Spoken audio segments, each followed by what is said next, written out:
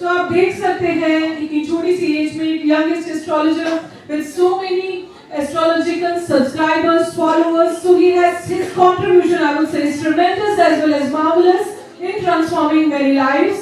So now I invite him to speak by himself about his words of wisdom. So Guruji Manvendra Rawat ji, most welcome. बहुत बहुत धन्यवाद वान्या जी। बहुत अच्छे तरीके से आपने आज मंच का संचालन किया है और मैंने तो आज आपको पहली बार सुना है।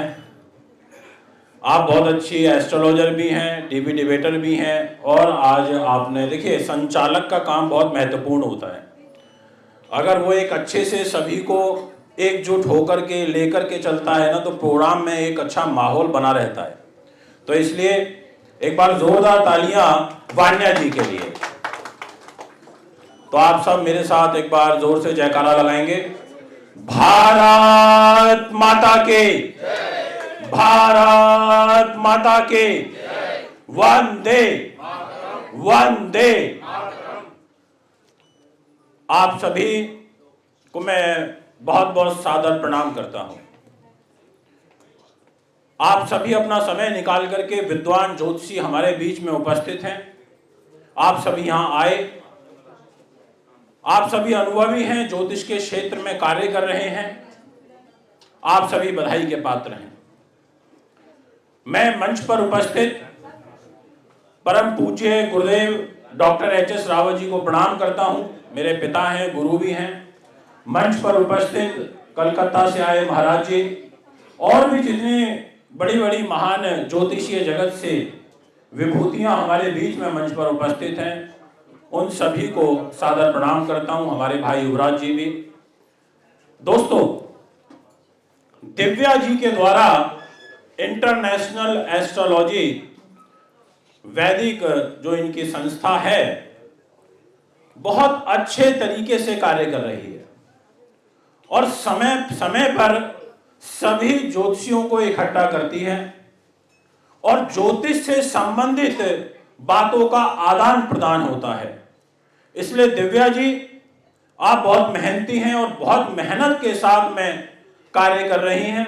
उसके लिए आपको मैं बहुत बहुत बधाई देता हूं, शुभकामनाएं देता हूं कि आपने हमें बुलाया और सभी को आप सम्मान दे रही हैं। दोस्तों, ज्योतिष एक प्रॉपर विज्ञान है, इसमें तो किसी प्रकार का किंतु परंतु नहीं है। अध्ययन की आवश्यकता है, क्योंकि जिस नाम में ही ज्योति लग गया तो अपने आप में ही सिद्ध हो गया। क्योंकि ज्योति का मतलब तो प्रकाश होता है, ज्योति से प्रकाश ही तो उत्पन्न होता है और प्रकाश ही तो हमें अंधकार से बाहर निकालता है।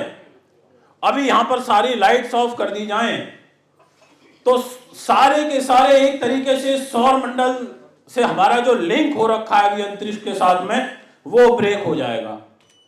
हमारे थॉट प्रोसेस नेगेटिव हो जाएगा। मैं अपनी बात को रख ही नहीं पाऊंगा, मैं शांत हो जाऊंगा, चुप हो जाऊंगा, क्योंकि अंधकार छा जाएगा। इसलिए ज्योतिष हमें प्रकाशित करती है, हमारे जीवन को प्रकाशित करती है, हमें अंधकार से बाहर निकालती है। अब ज्योतिष कितनी ट्रू है इसको आप बहुत ताजा उदाहरण से समझ सकते हैं। अभी वर्तमान में 14 तारीख से सूर्य की और शनि की युति हुई है। युति का मतलब है कि दो ग्रह एक दूसरे के साथ एक ही स्थान पर बैठे हुए हैं। राजा बैठा हुआ है और शनि बैठा हुआ है, दोनों शत्रु हैं एक दूसरे के। यानी कि राजा का और सेना का टकराव होना, क्योंकि शनि को हम सेना के दृष्टिकोण से देखते हैं। और जिस दिन यह युति बनी उस दिन मैं और पूज्य गुरुदेव जी पंजाब के लुधियाना शहर में थे। तो हमारे को वहां से दिल्ली पहुंचने में बड़ा समय लगा, क्योंकि किसानों ने विरोध प्रदर्शन शुरू कर दिया। किया किसके खिलाफ? राजा के खिलाफ, सरकार के खिलाफ। तो जब भी सूर्य और शनि इकट्ठे होते हैं तो तनाव की स्थिति उत्पन्न होती है, कष्ट होता है, तकरारें बढ़ती हैं। जब भी आप प्रेडिक्शन करें तो उस समय आप विशेष रूप से इस चीज को देखें कि आप स्वयं कितने बलवान हैं और सामने वाला व्यक्ति कितना बलवान है। बलवान से मतलब यह नहीं कि वो शारीरिक बल ही कितना है, बलवान से मतलब है कि उसकी कुंडली कितनी बलवान है। 6 प्रकार के बल होते हैं।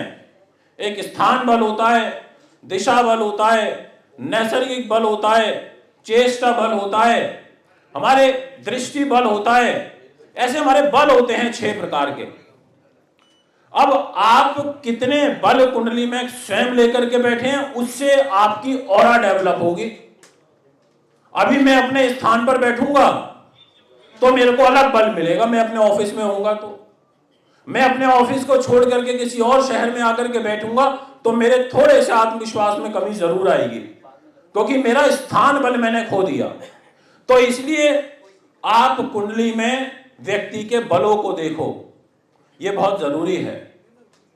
आपको जन्म पत्रिका में यह देखना पड़ेगा कि वर्तमान के हालात, वर्तमान का गोचर, उसकी वर्तमान कुंडली में क्या नजर आ रहा है। आपको देखना पड़ेगा कि एट प्रेजेंट के प्लेनेट लगन कुंडली के अनुसार, चंद्र लगन कुंडली के अनुसार और सूर्य लगन कुंडली के अनुसार कितने इंपैक्ट उसको डाल रहे हैं। अभी सूर्य शनि की युति है, उसके बाद सूर्य राहु की भी बनेगी, यानी कि राजा राहु के साथ अकस्मात घटनाएं घटेंगी। क्या होगा? सूर्य से संबंधित फल मिलेगा ज्यादा। सूर्य क्या है? पेट का, आंखों का, हृदय का, हड्डियों का, आत्मा का कारक है। राहु के साथ में रहेगा तो हार्ट से रिलेटेड बीमारियां बढ़ेंगी, आंखें कमजोर होगी, पेट ज्यादा खराब होने लगेगा और तनाव बढ़ेगा लोगों के बीच में। अभी आगे मंगल शनि की भी युति बनेगी 15 मार्च को शाम को 7 बजे से। अब जब मंगल आएगा शनि के घर में कुंभ राशि के अंदर, तो मंगल यानी कि सेनापति जा रहा है सेना के घर में, नॉट सेनापति के घर आ रही है।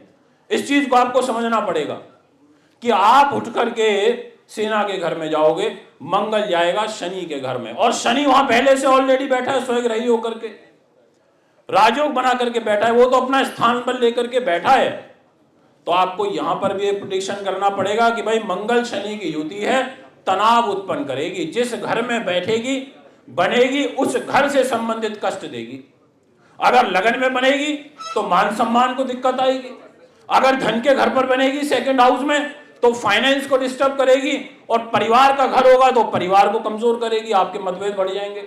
छोटे भाई बहन के घर में बनेगी तो छोटे भाई बहन के साथ तकरार बढ़ जाएगा और ओवर कॉन्फिडेंस का शिकार हो सकते हो, धोखा मिल सकता है अपने किसी व्यक्ति के द्वारा। यही युति अगर चतुर्थ भाव में बनेगी तो मन से मजबूत हो जाओगे, पर शनि और मंगल इकट्ठे होंगे तो ऐसी स्थिति में मन भी क्रोधी हो जाएगा। आपको ऐसे देखना पड़ेगा कि कहां बनेगी।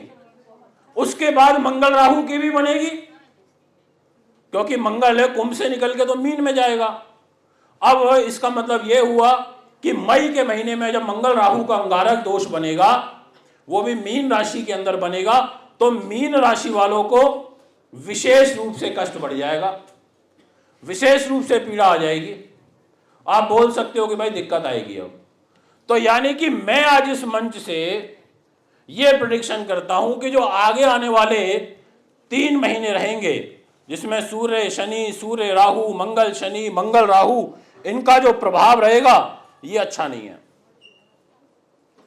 दोस्तों, अभी मेरे पास एक कुंडली दिखाने के लिए सज्जन आए, मेरे को अच्छा लगा, कुछ अनुभव मैंने गेन किया उस कुंडली से, तो मैंने सोचा आपके साथ शेयर करूं। अब वो कुंडली थी वृश्चिक लगन की। अब उनके 6ठे भाव के अंदर सूर्य और शनि बैठा था, यानी कि शनि नीच का हो गया 6th हाउस में, मेष राशि में, और सूर्य 7 में बैठा है, और चंद्रमा राहु 4th हाउस में थे।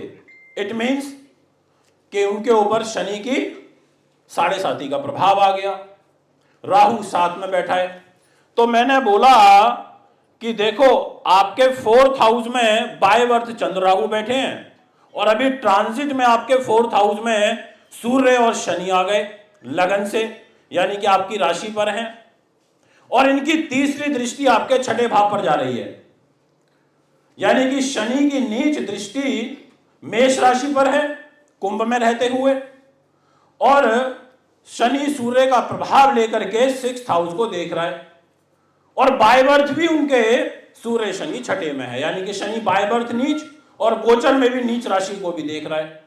तो मैंने उनको बोला कि अभी आपको उलझने बढ़ सकती हैं, पुलिस केस मुकदमे में उलझ सकते हो, शत्रुओं से हानि हो सकती है विशेष रूप से, क्योंकि 6ठा भाव शत्रुओं का होता है। तो उनका यही था कि गुरुदेव मैं आपके पास इसीलिए आया हूं कि अभी रिसेंटली 14 तारीख के बाद से मेरे जो शत्रु हैं वो एक्टिव हो गए हैं और मुझे नुकसान पहुंचाने की कोशिश कर रहे हैं। ये है ज्योतिष।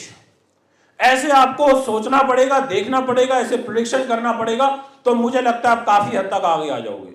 और ऐसा नहीं है कि ये यहीं पर ही रुकेगा, इसके आगे और भी बहुत नियम है, महादशाएं हैं, अंतरदशाएं, प्रत्यंतर दशाएं, योगनी दशाएं हैं, और फिर उसके इन सब चीजों का मिश्रण करके आप व्यक्ति को बता सकते हो। दोस्तों अभी मेरा हाल में एक टॉपिक चल रहा है और वो टॉपिक है मंगल ग्रह को लेकर के, जिसमें मैंने अभी तक 10 लग्नों के बारे में जानकारी दी है, प्रीवियस जितने भी इवेंट ऑर्गेनाइज हुए हैं उनमें। और आज मैं बात करूंगा कुंभ लगन के बारे में। शनि की लगन है और कुंभ लगन के अंदर मंगलिक दोष का प्रभाव क्या होता है। क्या ये मंगलिक दोष आपके कैरियर को परेशानी में लेकर के जाएगा, या ये मंगलिक दोष आपके सुख साधनों में कमी करेगा, आपकी मां के लिए हानिकारक होगा, या ये आपके लाभ में कमी करेगा, या ये आपकी पत्नी को कोई मृत तुल्य कष्ट देगा। यानी कि कई बार ऐसा होता है कि मंगलिक दोष हमारे लिए हानिकारक नहीं होता, पर हमारे जीवन साथी के लिए या हमारे घर में परिवार में किसी और मेंबर के लिए यह हानिकारक हो जाता है। अब आपका मंगल कुंभ लगन में लगन के अंदर बैठ गया। अब मंगल के पास जिम्मेदारी क्या है?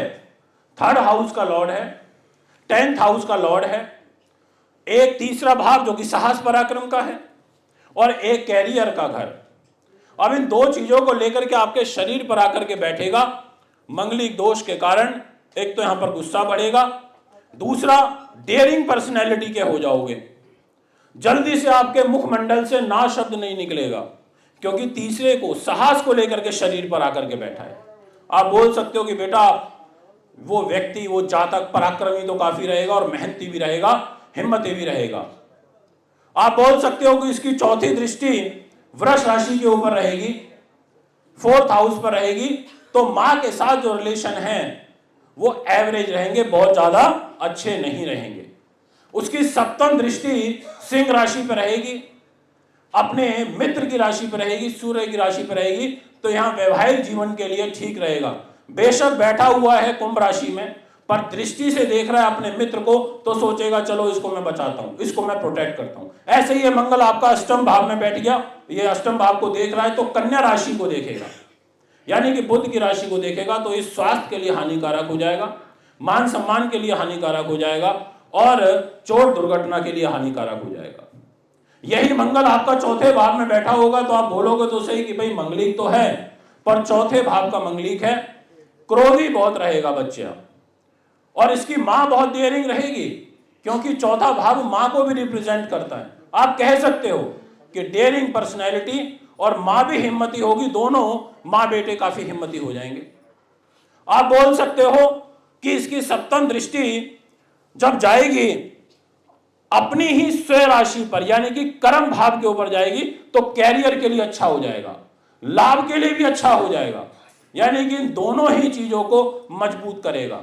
खुद हिम्मती, कैरियर को देख रहे हो, हिम्मत नहीं हारोगे, मेहनत करोगे, और साथ में अष्टम दृष्टि से अपने देवगुरु बृहस्पति की राशि धनु को देखेगा, तो उस घर को भी बल देगा, यानी कि लाभ भी अच्छा आएगा। पर इसकी जो 7th दृष्टि है वो दाम्पत्य जीवन के घर में जाएगी। ऐसे व्यक्ति का जो वैवाहिक जीवन होता है वो एवरेज व्यतीत होता है, क्योंकि वहां पहले से अग्नि तत्व प्रधान राशि बैठी है, वहां पर सूर्य राशि बैठी है, और मैं आपको एक चीज बता देता हूं, कुंभ लगन में वैवाहिक जीवन कभी भी अच्छा नहीं जाता। आप रिसर्च करके देख लेना कुंडलियों के ऊपर, क्योंकि लग्नेश शनि और सप्तमेश सूर्य, सूर्य शनि एक दूसरे के शत्रु। दाम्पत्य जीवन कुंभ लगन वालों का ठीक से नहीं निकलने देते। अब ऐसे में मान लो सूर्य कमजोर हो जाए या सूर्य सप्तम भाव का स्वामी होकर के छठे में चला जाए, यानी कि अपनी राशि से द्वादश हो गया। द्वादश का मतलब कि पीठ पे आ गया, एक तरीके से 12th हो गया, बैक में बैठ गया। तो आप बोल सकते हो कि भाई तुम्हारा सूर्य कमजोर है और इस घर में शनि बैठा है, इस घर के अंदर राहु का प्रभाव है, केतु का प्रभाव है, दृष्टियों से प्रभाव है, युतियों से प्रभाव है। आप कह सकते हो कि ग्रह की दशा अंतरदशा आएगी, तलाक करा देगी, या 7.5 ही चल रही है। आप बोल सकते हो कि भाई अभी शनि उतर रहा है या शनि लगा है, ढैया लगी है, 2.5 साल ध्यान से निकालना, नहीं तो इन 2.5 सालों में रिश्ता टूट सकता है। इसी प्रकार से यही मंगल अगर आपका सप्तम भाव के अंदर बैठा है तो यहां पर बैठ करके मंगलिक दोष तो बनना है, पर यहां पर आपका जीवन साथी बहुत डेयरिंग हो जाएगा। कई बार ऐसा होता है कि आप कमजोर हो पर आपका जीवन साथी बहुत हिम्मती है। कोई लड़ाई हो गई, वो बोलेगा आप साइड हटो, मैं देखती हूं। ऐसे भी व्यवहार कई बार निकल के आते हैं, यानी कि हिचकिचाहट नहीं होती, क्योंकि सूर्य की राशि में मंगल बैठ गया, 7th हाउस में बैठ गया। इसकी यहीं से जो दृष्टि है वो आपके मान सम्मान के घर पर और आपके धन के घर पर आ रही है। तो जीवन साथी के घर में बैठ करके फाइनेंस को देखेगा, इसका मतलब आपको व्यापारिक पार्टनर से फाइनेंशियल सपोर्ट मिलेगा, इसका मतलब आपके परिवार से भी आपको सपोर्ट मिलेगा और आपका जीवन साथी से भी आपको सपोर्ट मिलेगा। इसकी चौथी दृष्टि स्वयं अपनी राशि में जा रही है, तो ये सबसे ज्यादा जो यहां पर पावर देगा वो आपके कैरियर के घर को देगा, क्योंकि अपनी वृश्चिक राशि को देख रहा है, अपने खुद के घर को देख रहा है। तो बहुत अच्छा हो जाएगा, आपके कैरियर के लिए विशेष रूप से बहुत अच्छा हो जाएगा।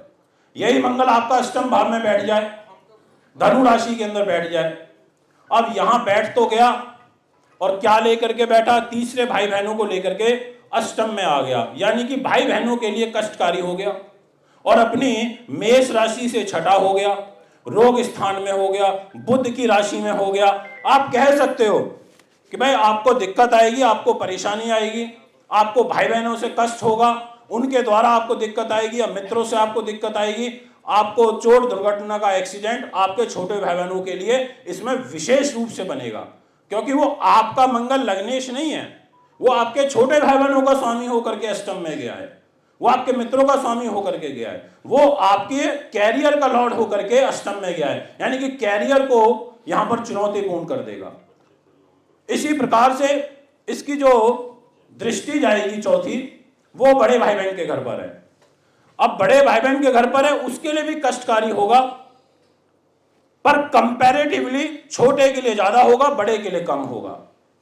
ऐसे ही यही मंगल आपकी जन्म पत्रिका में 12th हाउस में बैठ जाए तो हम बोलेंगे कि मकर राशि में है, उच्च का है और कैरियर को लेके उच्च हुआ, यानी कि कैरियर पर विशेष रूप से खर्चा कराएगा और उच्च कोटि के खर्चे होंगे। जहां 100 रुपए की जरूरत है वहां 400 रुपए खर्च कर दोगे। अब ऐसे व्यक्ति का जीवन साथी हो, उसकी पत्नी हो और 12th हाउस में उसका मंगल बैठा हो, तो आप बोलोगे यार बड़ी खर्चीली है, उच्च का मंगल वह स्थान में बैठा है, इसको मैं 1000 रुपए दे देता हूं फट उड़ा देती है, पैसा नहीं रुकता इसके पास में, ऐसा योग बनाएगा ये। इसी ऐसे ही इसकी जो दृष्टि आएगी चौथी, वो आएगी मेष राशि पर, यानी कि अपने घर पर आएगी, अपने घर को देखेगा तो यहां पर उसको प्रोटेक्ट करेगा, यानी कि छोटे भाई बहनों के लिए अच्छा है। ऐसे व्यक्ति अपने गुणों का अति व्यय करता है। बहुत सारे लोगों की आदत होती है कि अपने लिए नहीं दूसरों के लिए ज्यादा करते हैं, लड़ाई किसी और की होगी उसमें कूद जाएंगे। तो ये तीसरे भाव का स्वामी होकर के 12th हाउस में है, यानी कि आप शोषा में, मित्रों में, दोस्त यारों में, इनमें आपकी ज्यादा वो रहेगी, आपको हवाबाजी का, शोषा का ज्यादा शौक रहेगा और उस घर को दृष्टि से देख भी रहा है तो दोस्तों को करेगा पीछे, खुद फ्रंट फुट पर बैटिंग करेगा कि मैं देखता हूं। इसी प्रकार से यही मंगल आपका छठे भाव को देखेगा दृष्टि से। अब यहां पर इसकी दृष्टि आ रही है कर्क राशि के ऊपर और दृष्टि आ रही है सप्तम यानी कि नीच राशि को। तो ऐसे में रोग, चोट, शत्रु, बाधा, पुलिस केस, मुकदमे, वाद विवाद, ऐसी चीजों में ये उलझाएगा आपको। 12वें भाव में बैठा है, उच्च का पर दृष्टि जा रही है कर्क पर, तो यहां आपको अलर्ट रहना पड़ेगा। ऐसा व्यक्ति खुद कई बार अपनी हानि कर लेता है, अपना नुकसान कर लेता है, और दाम्पत्य जीवन के घर को भी वे स्थान से बैठ करके देख रहा है, तो मैरिज लाइफ में भी ये कोई बहुत ज्यादा यहाँ पर अच्छे रिजल्ट नहीं दे पाता। तो कहने का अर्थ ये हुआ कि जब आपको कैलकुलेशन करनी है तो आप उसमें ये देख लो कि आपका व्यवहार उस व्यक्ति के साथ कैसा है। मित्रता का है तो आप सोचोगे मैं उस घर को सेव करूं, शत्रुता का है तो आप सोचोगे कि मैं आप मेरे को मौका मिला है तो हानि कर दूं, अगर सम मित्रता का यानी कि एवरेज रिलेशनशिप का है तो आप सोचोगे कि मैं यहां से रास्ता निकाल दूं, ना अच्छा ना बुरा मीडियम फल दे दोगे। इसी चीज को आधार मान करके आपको आगे के जो रिजल्ट हैं, जो फलादेश हैं, वो तैयार करने होंगे। दोस्तों, लगन लग्नेश, चंद्र लगन चंद्र लग्नेश, सूर्य लगन सूर्य लग्नेश, आपकी महादशा, आपकी अंतरदशा, वर्तमान के गोचर, ये सब बहुत महत्व रखते हैं प्रेडिक्शन में। और अच्छा प्रेडिक्शन पता है कब निकलता है, जो मैंने अनुभव में पाया है, वो तब निकलता है, ठीक है आपने अध्ययन तो कर लिया, ज्योतिष तो आपने सीख ली, आप विद्वान भी बहुत हो, अब आपकी इंटेंशन क्या है वो सबसे ज्यादा महत्व रखती है। Intention should be clear. आप अपनी गद्दी पर, अपने आसन पर बैठ रहे हो, एस्ट्रोलॉजर हो, ज्ञानी हो, पर विचारधारा में है, मूल भाव में है पैसा कमाना, तो आपका ज्ञान धीरे धीरे लुप्त होता चला जाएगा, क्योंकि धन हावी हो जाएगा, पैसा हावी हो जाएगा, मनी माइंडेड हो जाओगे। और मनी माइंडेड हो जाओगे तो फिर क्या होगा, आपके ज्ञान का नाश होगा। कुछ टाइम के बाद आपको लोग देखने लगेंगे, अरे यार ये तो प्रोडक्ट बेचते हैं। तो आपको ये मन में भाव जरूर रखने हैं। मैंने गुरुदेव से, पूज्य गुरुदेव डॉक्टर एच.एस. रावत जी से यही सीखा है। उन्होंने मुझे यही बोला है, यही मूल मंत्र दिया है कि काम करो, ईमानदारी से करो, फेयर करो, कमाओ, 1 रुपए की चीज को 2 रुपए में बेचो, पर कभी भी 1 रुपए की चीज को 10 रुपए में मत बेचो, 5 रुपए में मत बेचो, नहीं तो आप 5, 10 साल, 15 साल बाद मार्केट से आउट हो जाओगे। यह मुझे गुरुदेव ने सिखाया है, तो मैं इसी विचार पे काम करता हूं। और जब आप इस विचार पे काम करोगे तो आप बहुत लंबी दूरी तक चलोगे और लंबे समय तक चलोगे। तो इसलिए आपने बहुत ध्यान के साथ सुना। मैं एक बार पुनः IVAF की अध्यक्ष दिव्या जी को, उनके साहस को, उनके पराक्रम को बहुत बहुत बधाई भी देता हूं, धन्यवाद भी देता हूं। और संख्या बल की दृष्टि से, क्योंकि आजकल कार्यक्रमों में क्या है, संख्या बल नहीं हो पाता, मतलब मेहनत तो बहुत करते हैं पर लोग इकट्ठे नहीं हो पाते। पर मैंने देखा है आपके कार्यक्रम अच्छे होते हैं, संख्या बल की दृष्टि से भी बहुत अच्छे होते हैं, और वो यहाँ दिख भी रहा है। तो इसलिए आपकी मेहनत रंग लाई। आपकी पूरी टीम को, अलका शर्मा जी को, हरिओम शर्मा जी को, दिव्या जी को, सबको बहुत बहुत धन्यवाद और बधाई देता हूँ।